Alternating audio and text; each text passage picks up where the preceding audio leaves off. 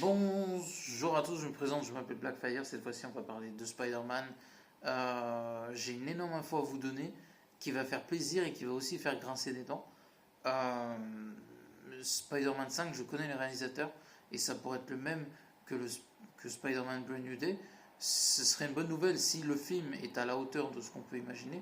Ce serait une bonne nouvelle que le réalisateur reste. Et puis, bon, c'est un peu compliqué quand on y réfléchit, mais par exemple, laisser Sam Raimi faire une trilogie, de sa trilogie sur Spider-Man était pertinent.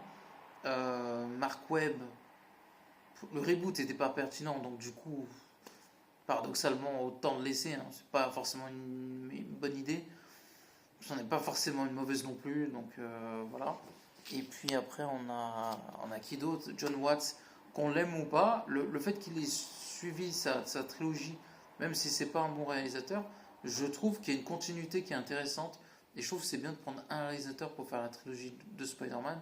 En l'occurrence, si le réalisateur de Shang-Chi fait du bon travail sur Brand New Day, je suis pas contre ce qui reste pour un Spider-Man 5-6, mais ça voudrait dire deux choses.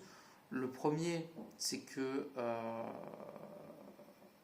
Shang-Chi, malheureusement, 2, ça va être d'être très compliqué, va pas arriver avant un petit moment.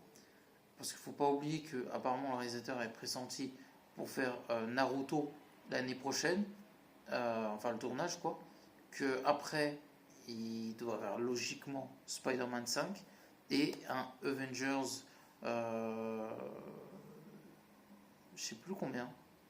Attendez, je fais les calculs, 5, 6, ouais, Avengers 7. Donc Shang-Chi, c'est vraiment pas près d'arriver. Donc n'oubliez pas de commenter, liker la vidéo. Personnellement, je préfère qu'il fasse la suite de Spider-Man que Shang-Chi 2. Après, c'est mon avis. Même si je suis pas contre un Shang-Chi 2 qui pourrait être intéressant. Donc n'oubliez pas de commenter, liker la vidéo. Et à la prochaine. Ciao tout le monde.